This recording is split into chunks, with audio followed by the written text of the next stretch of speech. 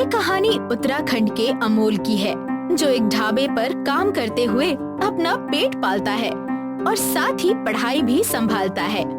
दरअसल अमोल का इस दुनिया में कोई नहीं है।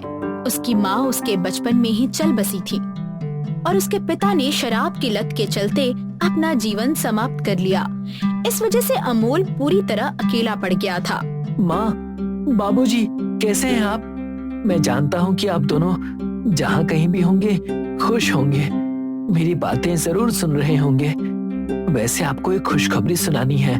आज ही मेरा रिजल्ट आया है और मैं अच्छे अंकों से पास हो गया हूँ। अब देहरादून में होटल मैनेजमेंट का कोर्स करूंगा, ढेर सारे पैसे कमाऊंगा और रघु चाचा के पास जो अपना होटल गिरवी रखा था ना, उसे वापस ले लूंगा। असल में बात ये थी कि अमोल की स्थिति हमेशा से ऐसी नहीं थी। बचपन में उसके पिताजी का बहुत बड़ा होटल व्यवसाय था, लेकिन कहते हैं ना, अच्छी चीजों को नजर ही लग जाती है। अचानक अमोल की माँ बीमार पड़ गई और उनकी हालत इतनी बिगड़ गई कि अमोल के पिता को अपना सब कुछ बेचना पड़ा। यहाँ तक कि उन्होंने अपना होटल भी गिरवी रख दिया ताकि उन पैसों से अमोल की माँ का इलाज हो सके। पर अफसोस, लाख कोशिशों के बावजूद माँ को नहीं बचाया जा सका।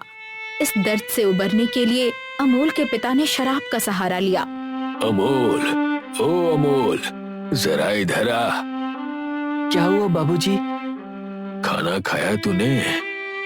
नहीं, अभी तक नहीं खाया। क्यों? आपकी राह देख रहा था। चलिए अंदर चलिए, मैं खाना लगाता हूँ। अरे उस खाने का क्या करूं बेटा? उस खाने में तुम्हारी माँ के हाथों जैसा स्वाद नहीं है। हर कौर मुझे उसकी कमी का एहसास दिलाता है। लेकिन बाबूजी, इसके लिए नशा करना तो सही नहीं है ना? अगर आपने खुद को खो दिया तो मेरे साथ क्या होगा? हाँ, सही कह रहा है तू। बहुत बड़ी गलती कर रहा था मैं। ठीक है, कल से शराब छोड़ दी। बस तू मुझसे वादा कर कि तू एक दिन हमारा वो होटल रघु से वापस ले लेगा। मैं वादा करता हूँ बाबूजी। अमोल को खुशी थी कि उसके बाबूजी ने वादा किया था कि वो अब नशा छोड़ देंगे। लेकिन अगली सुबह जब अमोल अपने पिता को उठाने गया तो देखा कि अब वो भी इस दुनिया में नहीं रहे। बेचारा अमोल अब पूरी तरह अकेला रह गया था। माँ और पिता के गुजर जाने के बाद भी अमोल ने हार नहीं मानी। उसने अपनी पढ़ाई और भविष्य की जिम्मेदारी अपने कंधों पर ले ली और वो उसी होटल में काम करने लगा जो रघु काका के पास गिरवी पड़ा था। वैसे तो अमोल दिन रात बहुत ईमानदारी से काम करता था, लेकिन इसके बदले में उसे हजारों परेशानियों का सामना करना पड़ता। रघु काका, दरअसल मुझे आपसे कुछ बात करनी थी। हाँ हाँ, बोलो, क्या बात है? मुझे होटल मैनेजमेंट के कोर्स के लिए दाखिला लेना है, लेकिन उसकी फीस थोड़ी ज्यादा है। तो क्या आप मुझे थोड़े पैसे उधार दे सकते हैं? मैं जल्द से जल्द लौटा दूंगा। बेचारा अमोल पैसों की कमी की वजह से कॉलेज में दाखिला नहीं ले पा रहा था। उसे सख्त जरूरत थी, लेकिन इसके बावजूद अमोल की मदद करने के बजाय रघु काका उस पर चिल्लाने लगे। क्या कहा तुमने? तुम्हें पैसे चाहिए? शर्म नहीं आती तुम्हें ऐसे बात करते हुए? एक भी काम तो तुमसे ढंग से होता नहीं। आधा आधा महीना तो परीक्षा के नाम पर गायब रहते हो। इतने नखरे सहने के बाद भी अब मैं तुम्हें पैसे दूं? लेकिन रघु काका, वो पैसे पढ़ाई के लिए चाहिए, किसी और काम के लिए नहीं। नालायक, मुझे उल्टे जवाब दे रहा है। चल निकल जा यहाँ से, निकल जा। रघु काका की बातों से अमोल बहुत मायूस हो गया। उसे कुछ समझ नहीं आ रहा था कि अब वो क्या करेगा। मजबूरी में उसे कॉलेज में दाखिला नहीं मिल पाया और उसका सपना चकनाचूर हो गया। मुझे माफ करना बाबूजी, मैं कॉलेज में दाखिला नहीं ले पाया। अब मैं आपका सपना कैसे पूरा करूंगा? मुझे माफ कर दीजिएगा, माफ कर दीजिएगा। अंधकार में डूबा अमोल रोते रोते सो गया। तभी उसे एक सपना आया। एक तेज रोशनी उसके चेहरे पर आकर पड़ी। अमोल, बेटा अमोल, आंखें खोलो बेटा। कौन है? मुझे पहचाना नहीं? बाबूजी, आप? बाबूजी, आप वापस आ गए। आप मुझे छोड़कर मत जाइएगा, मैं थक चुका हूँ। इस दुनिया में मेरा कोई नहीं है। ऐसा मत कहो बेटा। जिसका इस दुनिया में कोई नहीं होता उसका भगवान होता है, और जब भगवान खुद तुम्हारे साथ है तो हार क्यों मानना? नहीं, नहीं है कोई भगवान। अगर होते तो मेरा एडमिशन हो गया होता। ऐसा नहीं कहते बेटा। भगवान अगर एक रास्ता बंद करते हैं तो दूसरा जरूर खोलते हैं, लेकिन उसके लिए तुम्हें डटे रहना होगा।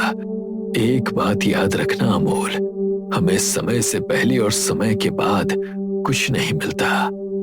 तभी एक और तेज रोशनी आई और अमोल के पिताजी गायब हो गए। अमोल घबरा कर नींद से जाग गया, लेकिन अब वो नाराज नहीं था। उसके चेहरे पर एक नई चमक थी। उसने अपने पिताजी की बातों पर गौर किया और इस मुश्किल का डट कर सामना करने का निश्चय किया। अगले दिन अमोल रोज की तरह तैयार होकर होटल पहुंचा, लेकिन वहां पहुंचते ही उसने देखा कि होटल में काफी भीड़ जमा थी। उसे कुछ समझ नहीं आया कि सब लोग काम छोड़कर इस तरह इकट्ठा क्यों हुए हैं। वो जैसे तैसे भीड़ को चीरते हुए अंदर गया और अंदर जाकर वो चौंक गया।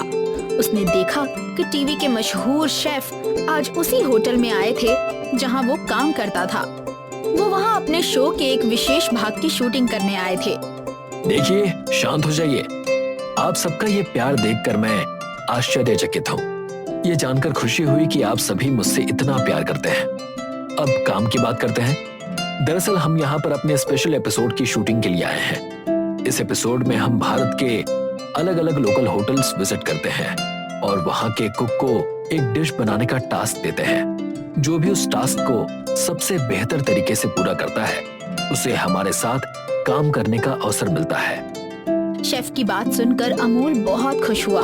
उसके लिए ये एक सुनहरा अवसर था आगे बढ़ने का, और वो इसे किसी भी हाल में गंवाना नहीं चाहता था।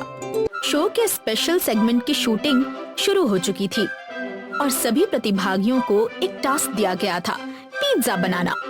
अमोल और उसके सभी साथी पूरी लगन से पिज्जा बनाने में जुट गए। अमोल भी जी जान से मेहनत करने लगा। वाह, क्या नजारा है। जैसा कि आप देख रहे हैं दोस्तों, हमारे सभी प्रतिभागी पिज्जा बनाने में व्यस्त हैं। लेकिन याद रहे, उन्हें सिर्फ पिज्जा नहीं बनाना है, बल्कि उसे अपनी रचनात्मकता का स्पर्श भी देना है, ताकि ये साधारण डिश एक शानदार अनुभव में बदल जाए और हमें मिल जाए हमारा अगला शानदार शेफ। शेफ की बात सुनकर अमोल एक पल को रुक गया। उसने देखा कि बाकी सभी प्रतिभागी सिर्फ पिज्जा नहीं बना रहे, बल्कि उसमें अपनी अनूठी रेसिपी जोड़ रहे हैं। ये देखकर अमोल का ध्यान भटक गया। उसे कुछ समझ नहीं आ रहा था कि वो अब क्या करे। उसे लगने लगा कि शायद वो ये मौका खो देगा, लेकिन तभी उसके मन में एक विचार आया। क्यों ना पिज्जा को एक बिल्कुल अनोखे अंदाज में पेश किया जाए। अमोल ने तुरंत मैदा, बबल गम मसाला, सोडा और नींबू का झाग मिलाकर एक खास बेस तैयार किया। फिर उसने इस बेस पर आम, तुलसी, चीज, कद्दूकस किया हुआ खीरा और बर्फीली टमाटर चटनी डाली। साथ ही अलग अलग सब्जियां, सॉस और मेयोनीज का उपयोग भी किया। इसके बाद अमोल ने मैदे का एक और बेस तैयार किया और उसे पहली टॉपिंग पर रखकर चारों ओर से चिपका दिया। फिर बिना समय गंवाए उसने इसे बेक करना शुरू किया और चमत्कार हो गया। बेक होते ही पिज्जा गुब्बारे की तरह फूल गया। जो भी देख रहा था दंग रह गया। किसी को समझ नहीं आ रहा था कि अमोल ने ऐसा क्या किया। अमोल के इस नए प्रयोग से सभी हैरान रह गए और फिर आ गया परिणाम का समय। शेफ ने एक एक करके सभी के बनाए पिज्जा खाए। वाह, क्या बात है। सभी ने पिज्जा एक अनोखे अंदाज में बनाया है। मुकाबला कड़ा है। फिर बारी आई अमोल की। जब अमोल का स्पेशल बलून पिज्जा सामने आया तो शेफ की आंखें चमक उठी। उन्होंने पहले कभी ऐसा फूला हुआ क्रिस्पी पिज्जा नहीं देखा था। जैसे ही शेफ ने अमोल का बनाया पिज्जा चखा, वो खुशी से झूम उठे, जैसे हवा में उड़ने लगे हो। उस पिज्जा का स्वाद वाकई लाजवाब था। जैसा कि आप सबने देखा, इस विशेष सेगमेंट के विजेता हैं अमोल, और अमोल को मिलता है हमारे साथ काम करने का सुनहरा अवसर। अमोल ने अंततः बाजी मार ही ली। वो शो के स्पेशल सेगमेंट का विजेता बन चुका था। अब उसे एक मशहूर शेफ के साथ काम करने का मौका मिला था।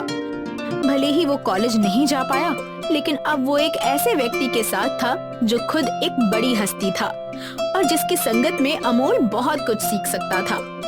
अब वो दिन दूर नहीं था जब अमोल अपने पिता का होटल वापस खरीद पाएगा और अपना और अपने माता पिता का सपना पूरा करेगा।